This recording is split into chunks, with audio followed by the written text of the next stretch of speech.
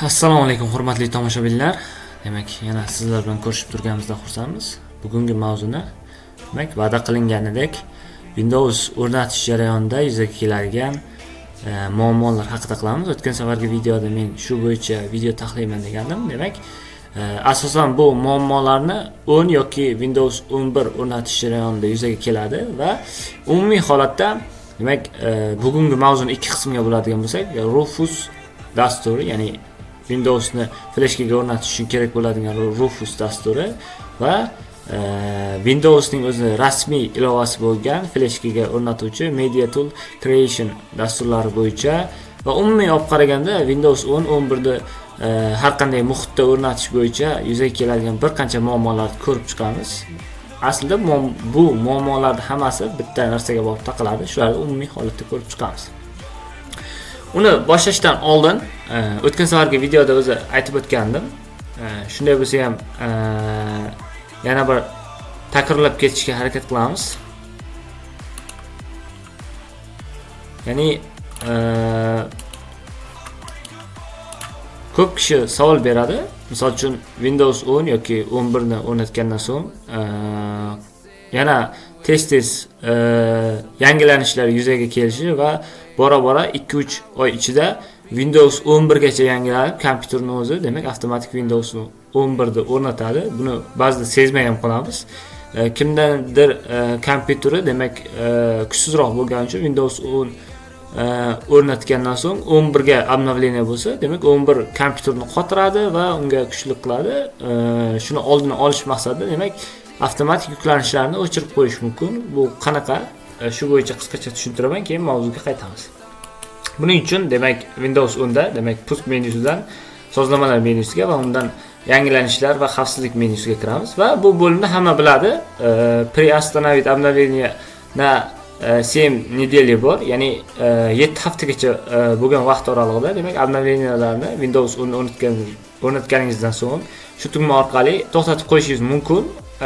O'sha holatda ham demak 7 hafta o'tib ketsa, sezmay qolsangiz yana avtomatik ravishda Windows o'zini yangilanishlarini o'rnatib boradi va natijada 11 gacha obnovleniya bo'ladi. Buni butunlay to'xtatishda yaxshi usul bor. O'tgan safarga emas, undan oldingi safarga joylangan videoda buni ko'rsatgan edim. Shunday bo'lsa-da yana ko'rsatib o'taman. Ya'ni pusk va R tugmalarini bosamiz va yangi oyna chiqadi. Bu oynani informatiklar yaxshi biladi. Bu yerga gpedit msk yozuvini yozamiz va OK tugmasini bosamiz. Yangi oyna chiqadi. Demak, Windowsning buyruqlar uchun yangi oynasi. Demak, bu oynadan ko'rinib turibdi. Ingliz tili va rus tili interfeyslar uchun turli xil bo'lishi mumkin. Videoda men buni ko'rsatganman. Hozircha rus tili interfeysini tushuntiraman. Konfiguratsiya kompyuteri bo'limidan demak administrativniy shabloni bo'limiga kiramiz va bu yerdan kompyuter komponentlari va eng oxirgi bo'limga o'tirib Center обновление Windows, ya'ni Windowsning yangilanishlar menyusiga kiramiz. Va bu yerdan Выбор versiya для обновленияni tugmasini 2 marta bosamiz va yangi menyu ochiladi. Sizlardan ne zadana turgan bo'ladi, ya'ni ruxsat etilmagan Выключение qilib uni yoqamiz va ikkita mana pastda menyu turadi. Biriga Windows 10, ikkinchisiga 22H2 yozuvlarni yozamiz. Ya'ni bu nima degani? Demak, Windows 10 ni 22H2 versiyasidan boshqa versiyalarni o'rnatishni to'xtatish. Ya'ni bu yoqqa butunlay 11 gacha obnovleniyalarni bu to'xtatadi, keyin umuman kompyuteringiz bitta ikkita obnovleniyadan so'ng o'zi yuklanishni to'xtatib qo'yadi. Va yozib bo'lganingizdan so'ng premenit qilasiz va OK tugmasini bosganingizda demak sizlarda xuddi mendagi kabi mana bunaqa oyna chiqadi va yangilanishlarni Windowsning o'zi cheklab qo'yadi. Ana endi mavzuga qaytamiz. Mavzumiz demak Windows 10 va 11 ni yuklashda yuzaga keladigan demak muammolar haqida bo'ladi.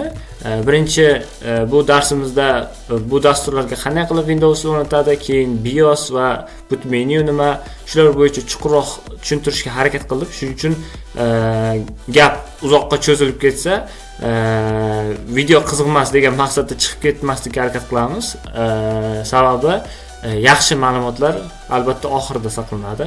Demak, ikkinchi bo'limda ochamiz. Dastavval dasturlarni o'rnatish, ya'ni Rufusni ham, MediaTool Creator'ning ham rasmiy saytlari bor.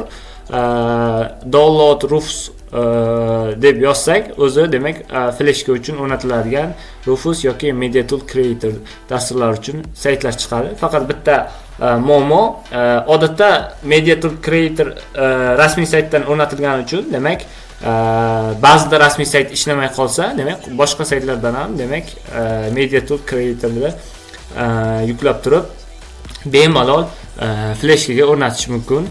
Shu yerda bitta narsa, har qanday dasturni uстановочный fleshka tayyorlash uchun fleshkaga o'rnatish jarayonida fleshka format bo'ladi, ya'ni ichidagi narsalar o'chib ketadi. Shuni oldini olish maqsadida ancha e'tiborli bo'lamiz. Agar bu sohaga yangi kirganlar bo'lsa, fleshkasida kerakli narsalar bo'lsa, o'chirib qo'yishlari mumkin. Xo'sh, odatda Windows o'rnatish jarayonida, demak, MediaTool Creation'da muammo bo'lmaydi. Ya'ni u 10-11 lar o'rnatishda Windows 10-11 da MediaTool Creation'dan foydalanamiz. U rasmiy ilova bo'lgani uchun hech qanaqa muammolarsiz ilovani o'rnatganingizdan so'ng fleshkaga o'zi paketni yuklaydi va o'rnatib turadi.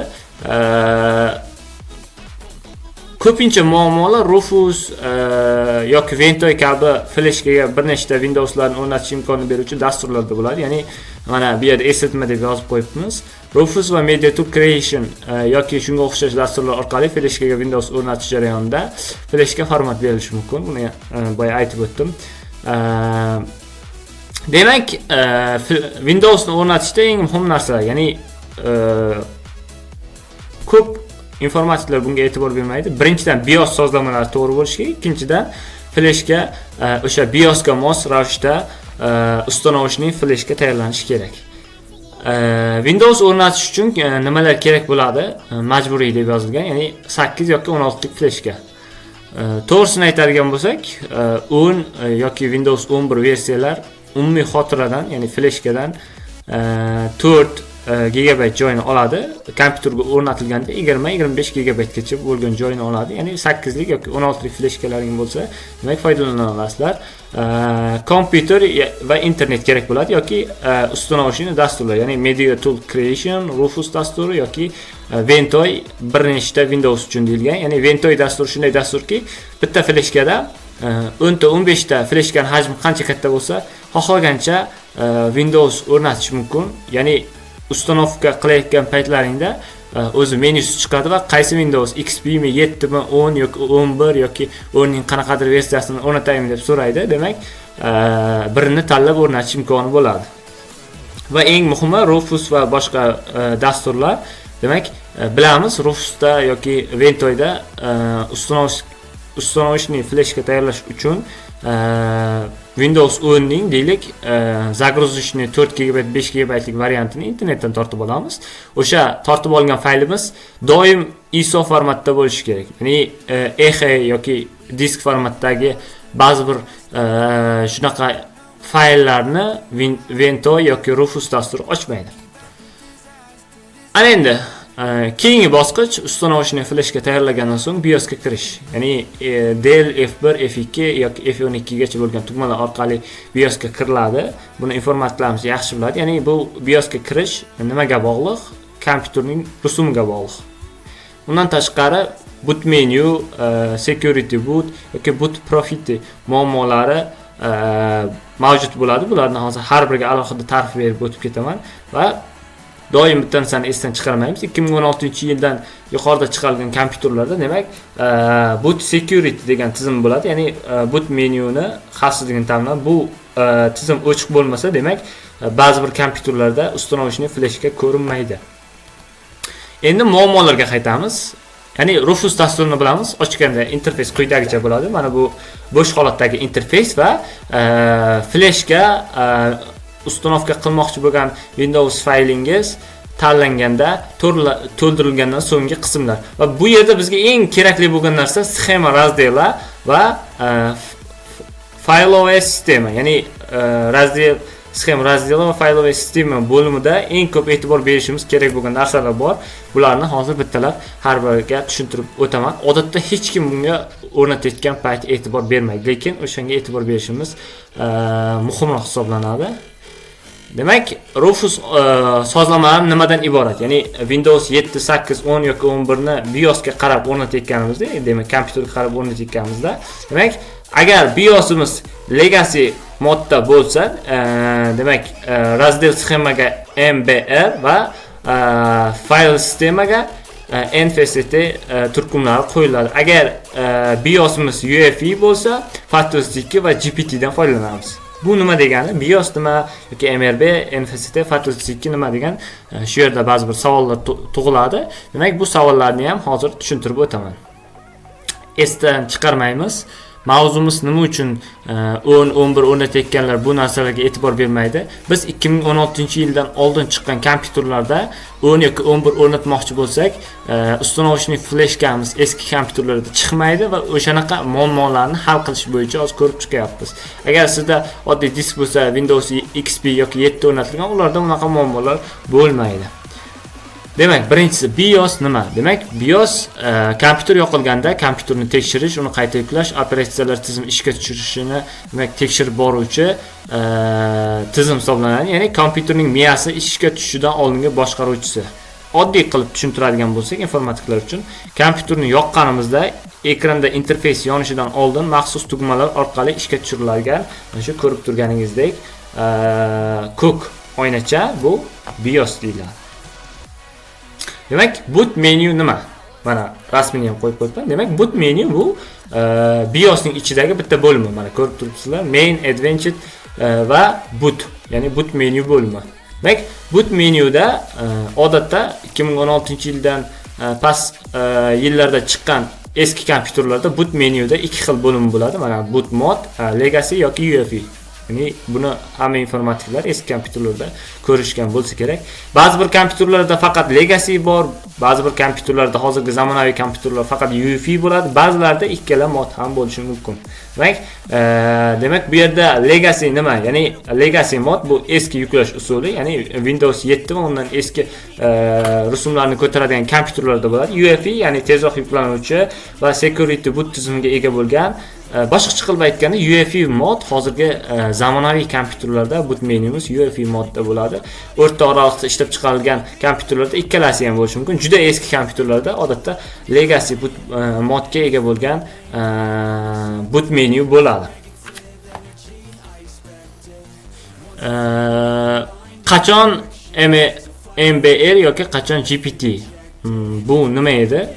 Boshida aytib o'tgandik. Orqaga ozroq qaytamiz. Ya'ni birinchi listga qaytadigan bo'lsak, mana. Ya'ni agar boot menyumiz legacy formatda bo'lsa, MBR va NFST ko'rinishdagi ustanovkalarni, agar boot menyumiz UEFI formatda bo'lsa, GPT va FAT32. Ya'ni legacy formatda doim MRB, demak, sxema razdelga o'rnatish uchun Rufus dasturida foydalanamiz. UEFI formatda bo'lsa, agar boot menyumiz sxema razdel o'rnatilganda GPT va FAT32 tizimlaridan fayloviy sistemaga foydalanamiz. Endi xuddi shu narsani, demak, davom etamiz. Bu yerda MBR nima va GPT nima? MBR Master Boot Record, ya'ni eski tizimda legacy boot BIOS tizimini qo'llab-quvvatlaydigan 2 terabaytgacha diskda ishlaydigan, demak, maxsus tizim hisoblanadi. GPT GUID Partition Table, ya'ni yangi tizimda hozirgi UEFI tizimini qo'llab-quvvatlovchi tezroq ishlaydigan tizim hisoblanadi. Bu yerda mana maxsus kalsiz, ya'ni BIOS UEFI bo'lsa, agar BIOS bilan UEFI bo'lsa GPT formatda, agar legacy bo'lsa MRB formatdagi, demak, fayl sxemalardan foydalanib Rufus dasturiga Windowsni o'rnatishimiz mumkin ekan. Darsimiz qur gap tuyulishi mumkin sizlarga. Hozir rasmlar, keyingi bo'limlarda rasmlar va haqiqiy o'rnatish jarayonlarini ham ko'rsatib o'tib ketaman. Undan oldin qisqacha shu BIOS ning ichidagi sxemalar nimaligini tushunib olishimiz kerak. Endi FAT32 va NFST nima? Bu xotiraning maxsus turlari, ya'ni FAT32 turdagi xotira va NFCT turdagi xotira. FAT32 demak FAT32 eski va eng universal fayl tizimi hisoblanadi, yozilgan. Deyarli hamma qurilmalarda o'qiydi. Ya'ni BIOSda, UEFI, telefon va TVlarda o'qiydi. Kamchiligi bitta fayl maksimal 4 GB gacha tizimda ishlaydi va xavfsizligi pastroq. NFCT demak Windowsga mos zamonaviy tizim hisoblanadi. Kamchiligi demak ba'zi UEFI BIOSlarda NFCT boot qila olmaydi. Ya'ni boshqacha qilib tushunadigan bo'lsak, UEFI tizimdagi demak Windows uchun NFCT dan foydalana olmaymiz, FAT32 dan foydalanamiz. Agar bizda Legacy BIOS bo'lsa, demak NFCT disk tizimidan foydalanamiz. Keyingi bo'lim boot profiti. Boot profiti nima? Boshida takrorlab o'tdik. Fast boot yoki boot menu, boot profiti deb.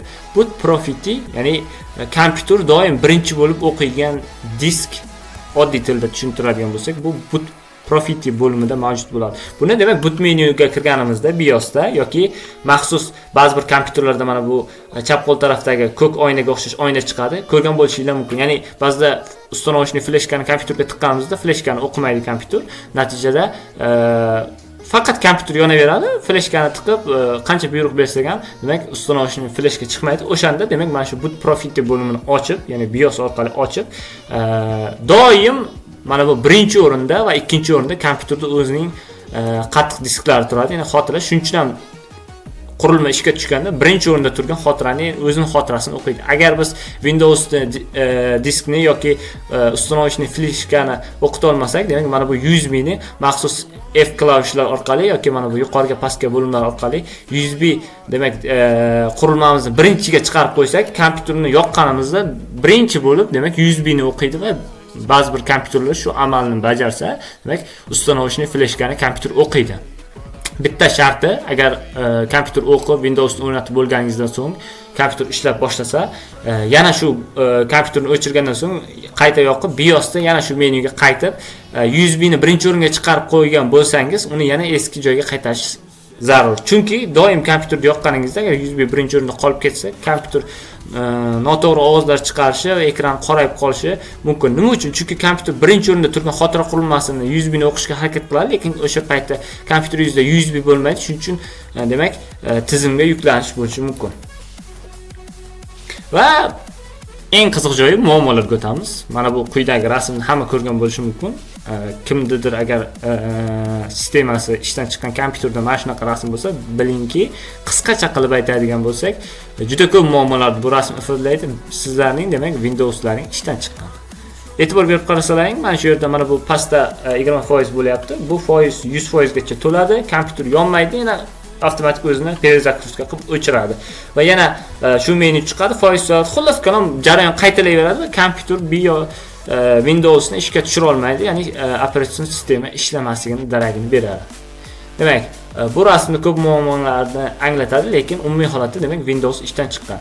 Muammoni hal qilish uchun siz Windowsni fleshkani kompyuterga joylab Windows o'rnatmoqchi bo'lasiz, lekin quyidagi oyna chiqmaydi. Nima uchun bu oyna chiqmaydi degaman? Chunki bu oyna chiqsa, demak siz Windowsni demak kompyuteringiz uстановочный fleshkani o'qiyotgan bo'ladi.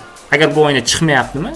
Demak kompyuterni yoqqanda Windows ishga tushishida oldin bu oyna chiqsa, demak fleshkangizni kompyuter o'qiyapti. Bu oyna chiqmayaptimi? Demak siz bajarayotgan amallar xato yoki fleshkani noto'g'ri uстановочный qilgansiz, boshda aytib o'tganimizdek, yoki boot menyuda demak boot profitida USB ni birinchi o'ringa surib qo'ymagan bo'lishi mumkin. Xullas kalom muammolar ko'p. Buni qanday hal qilamiz?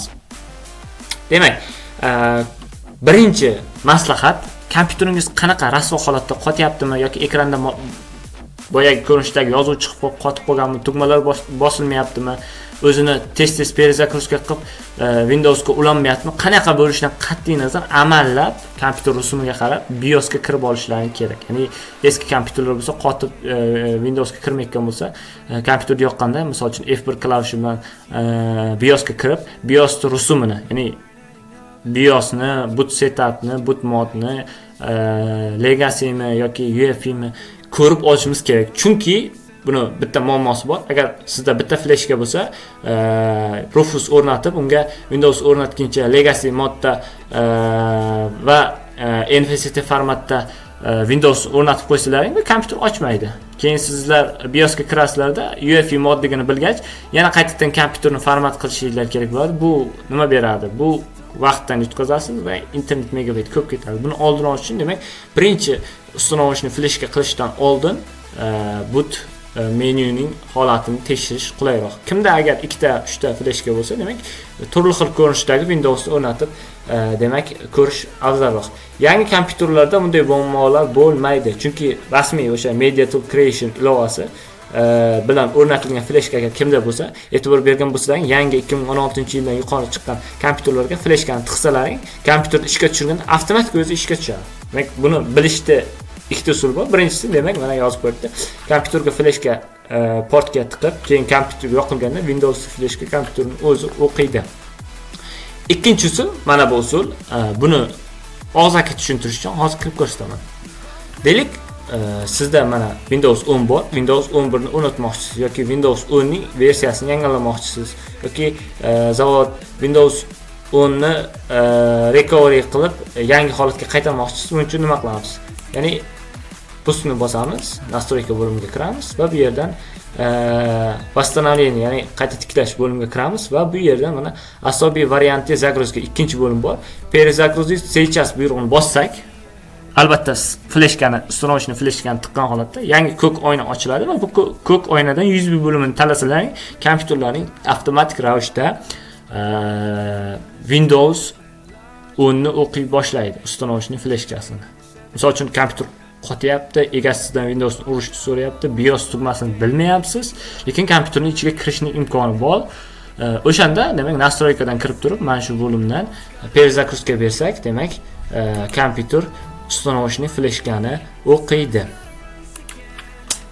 Shu yerda mana eslatma berilgan. Yangi chiqqan ko'k oynada USB bo'limini tanlasangiz, demak, kompyuter o'qiydi dedik. Eslatma, agar bu bo'lim chiqmasa, fleshga yaxshi joylashtirmagansiz, ya'ni fleshga yaxshi o'rnatilmasa portga, kompyuter yangi kompyuter bo'lishidan qat'iy nazar o'qimayaptimi? Ikkita sabab bo'lishi mumkin. Yo fleshga noto'g'ri o'rnatilgan, yo fleshkani yaxshi joylashtirmagan bo'lasiz. O'sha narsaga e'tibor beramiz. Yana bir eslatma, bu usul kompyuter ichida kirib amalga oshirilganligi uchun faqat kompyuter ishlayotganda bu usuldan foydalanish mumkin. Haqiqatan ham agar kompyuter sistemadan chiqib ketgan bo'lsa, bu usuldan foydalanolmaysiz. Xo'sh, deylik sizda yuqoridagi barcha amallarni bajardingiz va mana shu oyna chiqdi. Agar siz bu yergacha kelgan bo'lsangiz, tabriklayman, kamida 60% ishni bajargansiz. Ya'ni bu oyna chiqdi degani siz уже Windowsni o'rnatishingiz tayyor degani. Bu yo'q, faqat next tugmalarini bosib ketasiz, 10 daqiqada Windows kompyuterga o'rnatiladi. Ya'ni ham bu kompyuterning ishlash tezligi bor. Next tugmasini bosasiz va yangi oyna chiqadi. Bu oynada nima qilamiz? Bu oynada demak sizdan product key, ya'ni litsenzionni kali so'raladi.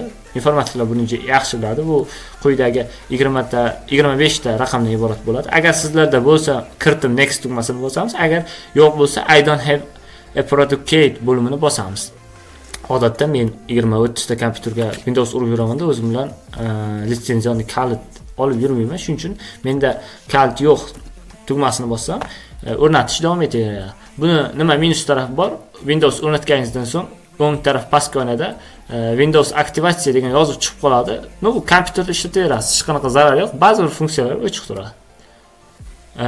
Va mana bu oyna chiqdi. Next tugmasini bosganimizda mana bu oyna chiqadi. Bu nima degani? Deylik, sizda Redmi Note 14 telefoni bor.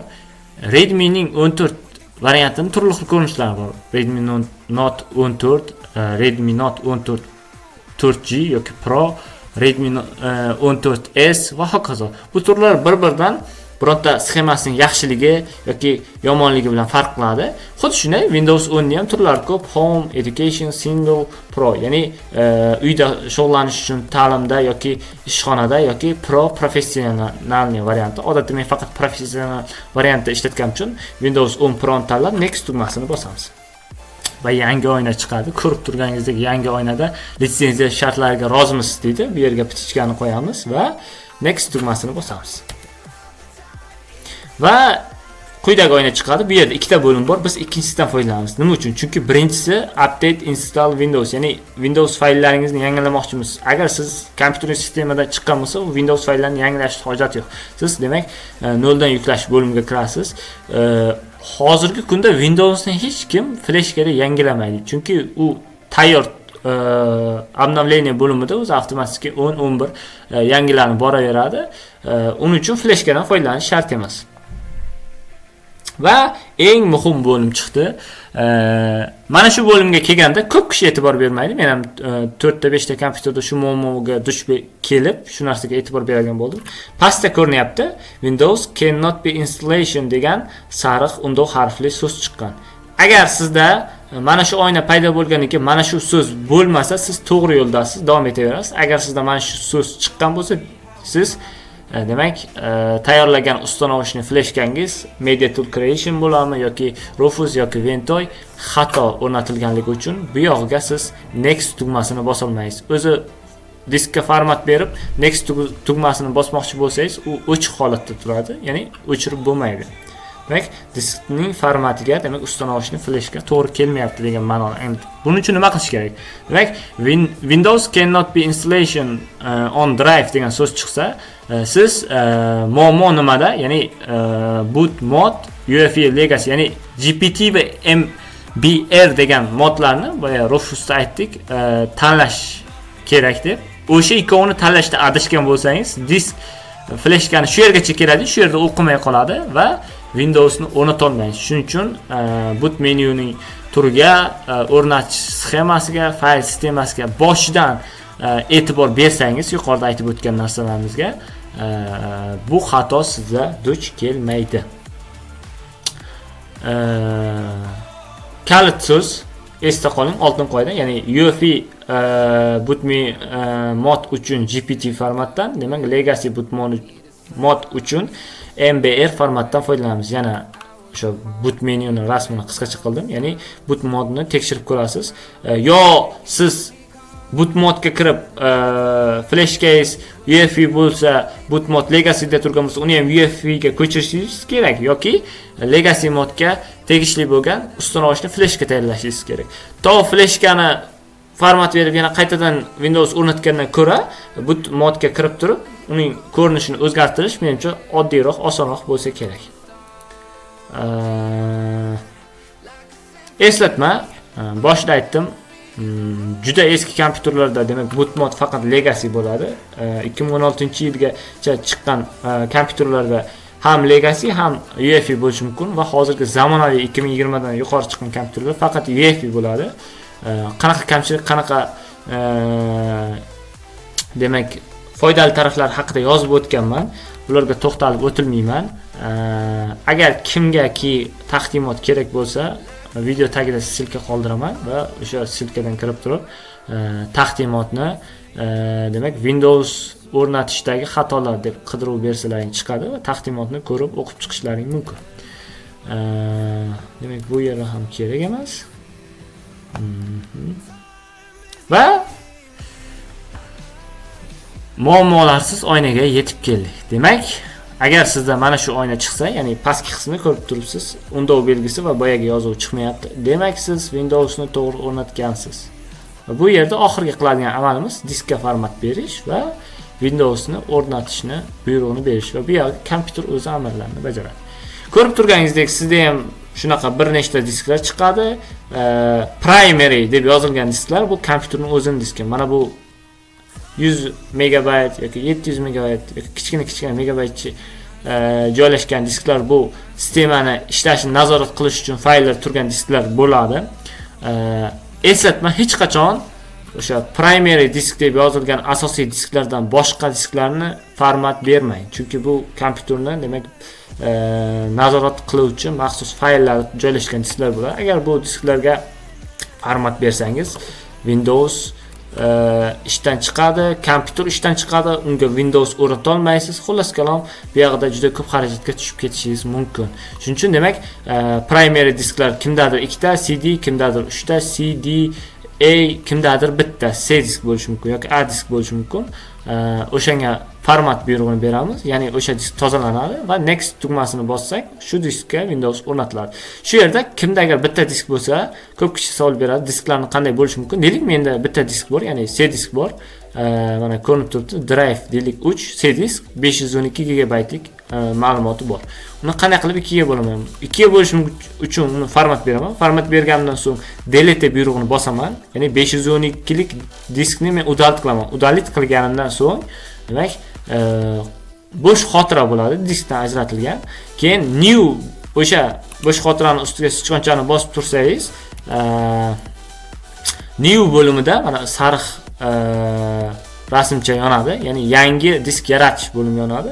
O'sha bo'limda 2 marta bosib, birida misol uchun 150 ming megabayt, ikkinchisida 350 ming megabayt ko'rinishda ikkita 150 lik 350 gigabaytlik ikkita CD disklarni yaratib olish imkoniga ega bo'lasiz. Bu bo'yicha ham keyinchalik video tayyorlayman. O'tgan safar videomda disklarni qanday bo'lishni o'rgatganim, bu ham xuddi o'sha ish bo'yicha amalga oshiriladi. Va diskni bo'lish bo'yicha nazariy qism berilgan va mana bu yerda boya aytib o'tganlarim, demak, primary diskdan tashqari boshqa disklarga hech qachon, demak, format bermang deb esimda qoldirilgan. Chunki bu disklarga format bersak, kompyuter ishdan chiqishi mumkin. Agar bu amallarning barchasini to'g'ri bajargan bo'lsangiz, tabriklayman, sizda Windows o'rnatilgan. Demak, o'sha diskdan buyruq beradigan qismgacha biz yetib kelsak, kompyuter uyog'ini o'zi avtomatik ravishda o'rnatadi. Hurmatli obunachilar, menimcha darsimiz juda ham nazariy qismga cho'zilib ketgandek tuyulishi mumkin, lekin agar amaliyda bo'lganda, meni fikrimcha 4 ta 5 ta muammolar haqida gapirishgan bo'lsak, bu muammolarni tushuntirish iloji bo'lmasdi. Chunki buning uchun 3 ta 4 ta kompyuterda aynan shu muammolarga ega kompyuterlarni olib kelib, sizlarga ko'rsatish va hokazo amallarni bajarishga to'g'ri kelardi. Unaqa aynan muammosi bor kompyuterni topishni o'zi muammo bo'ladi bu yerda. Muhimi, bittanisini aytishim mumkin, bir necha xil muammolar ko'rib chiqdik. Agar kompyuteringiz yangi bo'lsa, quyidagi muammolar birontasi ham sizga duch kelmaydi. Agar eski kompyuterlarda, maktablarda yoki tashkilotda ishlatiladigan eski kompyuterlarga Windows 17 ga 10 urmoqchi bo'lsangiz yoki 11 o'rnatmoqchi bo'lsangiz, quyidagi muammolarga juda ko'p duch kelasiz va bu muammolarni hal qilish mumkin. Taqdimotni aytib o'tdim. Video pastda silkada qoldiraman Telegramda. Agar kimdadir savol bo'lsa yoki kimdadir taklif bo'lsa, video pastda kommentda qoldirasiz va kanal rivoji uchun like bosishni esdan chiqarmasligingizni iltimos qilgan bo'lardim. Hammaga rahmat, sog' bo'ling.